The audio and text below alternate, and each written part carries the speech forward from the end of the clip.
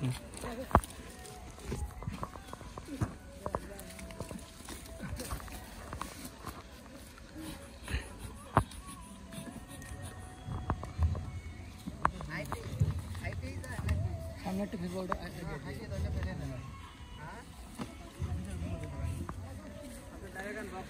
আমি এখন আপনাদেরকে বক্সে নিয়ে যাব যেখান থেকে তারা মধুর যে বাসাগুলা খুলতেছে।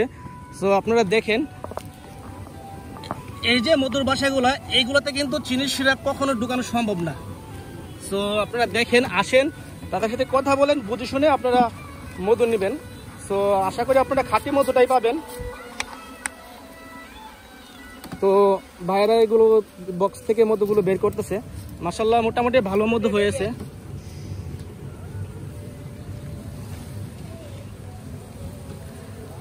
অনেক হাজার পোকা, এখন কিন্তু ফুলের ফুল সিজন। তো আপনারা আসেন, দেখেন, সচক্ষে দেখে মধু কিনবেন, ভাইদের সাথে কথা বলবেন।